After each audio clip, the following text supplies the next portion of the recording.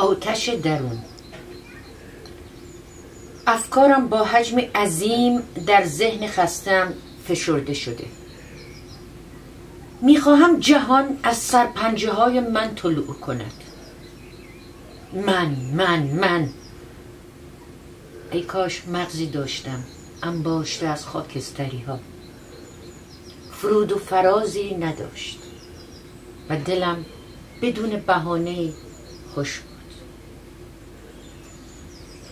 ای کاش دیوانه‌ای بودم، زنجیر بر پایه تختی در محقرترین دیوان خانه شهر، و شاید خدمه‌ای در کثیف‌ترین و پست‌ترین فاحشه‌خانه بمبئی.